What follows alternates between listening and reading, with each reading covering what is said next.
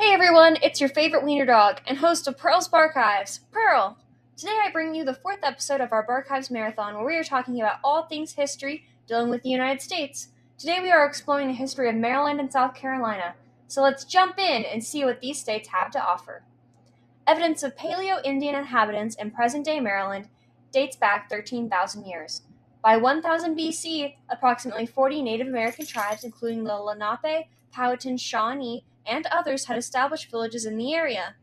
In 1608, English explorer Captain John Smith mapped the Chesapeake Bay.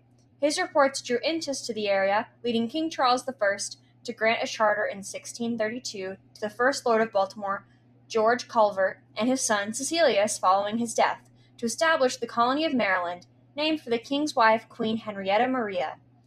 Maryland joined the other colonies in signing the Declaration of Independence in 1776. Although no battles took place on Maryland soil during the Revolutionary War, renowned regiments from the state known as the Maryland Line fought for the Continental Army at the battles of Long Island, White Plains, and Camden. As a border state, Maryland was deeply divided during the Civil War, despite being a slave state since 1664. Maryland also housed the country's largest free black population and did not secede from the Union. With 3 railroad terminals in Maryland and a naval base in Baltimore's Chesapeake Bay, it was a critical strategic state for the Union during the war. At the war's end, the Emancipation Proclamation did not end legalized slavery in the state. Rather, freedom was not granted to enslaved people until November 1st, 1864, with the passage of the 1864 Maryland Constitution. Maryland saw significant industrial growth in the 19th and early 20th centuries. With the start of the Baltimore and Ohio Railroad in 1824, Baltimore became a hub for moving people and goods. Shipbuilding, manufacturing, and lumber, coal, iron, canning, and steel production all boosted industrial growth. On February 7, 1904, the Great Baltimore Fire destroyed more than 1,500 buildings in the city's downtown district, with another 1,000 suffering severe damage, causing $200 million in property damage. Now let's move on to the state of South Carolina. The first people migrated to the area now known as South Carolina around 13,000 years ago.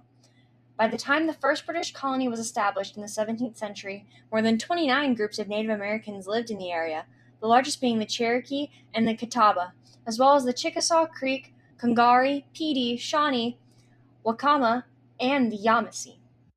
Spanish explorers visited South Carolina in the 16th century, while the French established and subsequently abandoned the first European settlement in Charles Fort, modern-day Parris Island, in 1562. The Spanish erected their own settlement at Parris Island in 1566 that they called Santa Elena, which served as the Spanish capital of Florida for nearly 2 decades. In 1587, the Spanish abandoned South Carolina for St. Augustine, Florida. In 1670, English colonists arrived and set up the first permanent settlement in Charleston, South Carolina, named Carolina after King Charles I. The colony was divided into South Carolina and North Carolina in 1710. South Carolina was grounds for more battles during the Revolutionary War, over 200 in total, than any other state.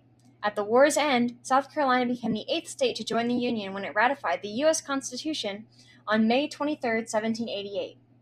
By 1730, people of African descent made up 2/3 of the colony's population, and South Carolina became the first state to secede from the Union in 1861 and was the site of the first shots of the Civil War on April 12, 1861. Now it's time for some fun facts about these states. Jousting is Maryland's official sport.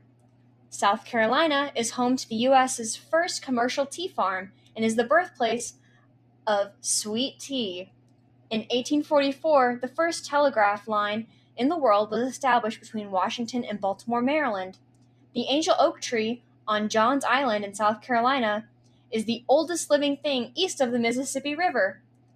I hope you found this episode interesting and informational. As always, you should like, follow, and share our content with everyone you know so they can join the Barkhives too. See you tomorrow with the next episode of the Barkhives Marathon. Until then, Pearl out!